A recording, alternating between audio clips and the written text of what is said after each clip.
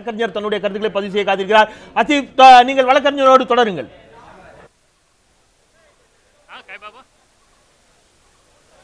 நிச்சயமாக செந்தில், நம்முடன் அதிமுகவை சேர்ந்த வழக்கறிஞர்கள் இணைந்திருக்கிறார்கள். அவர்களிடம் இந்த தீர்ப்பு குறித்த விபரத்தை கேட்போம். இன்றைய தினத்தில் நீதிபதி குமாரசாமி தீர்ப்பினுடைய எந்த பகுதியை வாசித்தார், அந்த பகுதியை வாசித்ததன் மூலமாக எதை உணர்த்த விரும்பினார்? இன்றைக்கு மாண்புமிகு புரட்சித் தலைவர் அம்மா அவர்கள் அப்பீல் மனு தாக்கல் செய்தார்கள்.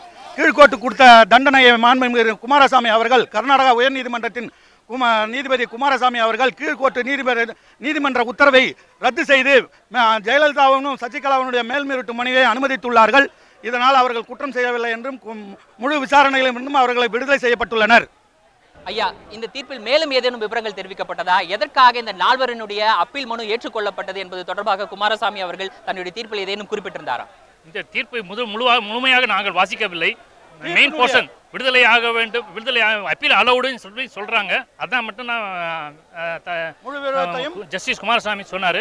மற்றபடி எல்லாமே நல்லபடியா இருக்கு. எல்லாமே மேல்முறையீட்டு மனு வெறும் ஜெயலலிதா அவர்களுடைய மேல்முறையீட்டு மனு மட்டும் ஏற்றுக்கொள்ளப்பட்டதா அல்லது மற்ற மூவருடைய மனுக்களும் ஏற்றுக்கொள்ளப்பட்டதா? நால்வருடைய மனுவும், அம்மாவின் மனுவும், சின்னம்மாவின் மனுவும், இளவரசி சசிகலா. ஒரு வழக்கறிஞர் என்ற அடிப்படையில் இந்த கேள்வி உங்களிடம் முன்வைக்கின்றேன். ஒருவேளை இந்த வழக்கில் மேல்முறையீடு செல்ல வேண்டும் என்று அரசு யோசிக்கும் பட்சத்தில் தமிழக அரசு மேல்முறையீடு செய்யுமா அல்லது கர்நாடக அரசு மேல்முறையீடு செய்யுமா?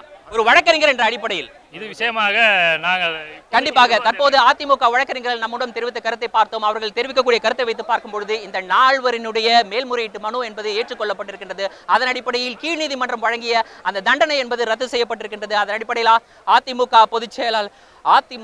அதிமுக பொதுச் செயலாளர் ஜெயலலிதா விடுதலை செய்யப்பட்டிருக்கின்றார். அதாவது அவருடைய மேல்முறையீட்டு மனு ஏற்றுக்கொள்ளப்பட்டதன் அடிப்படையில் அவருக்கு வழங்கப்பட்ட தண்டனை என்பது ரத்து செய்யப்பட்டிருக்கின்றது. அவருடன் சேர்ந்து சசிகலா, சுதாகரன் மற்றும் இளவரசி ஆகியோருடைய மேல்முறையீட்டு மனுவும் ஏற்றுக்கொள்ளப்பட்டிருக்கின்றது.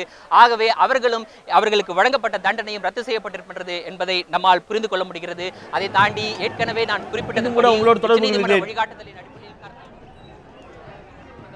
நன்றி. கூடுதலான தகவல்களுக்கு நான் மீண்டும் கூட உங்களோடு தொடர்பு கொள்கிறேன்.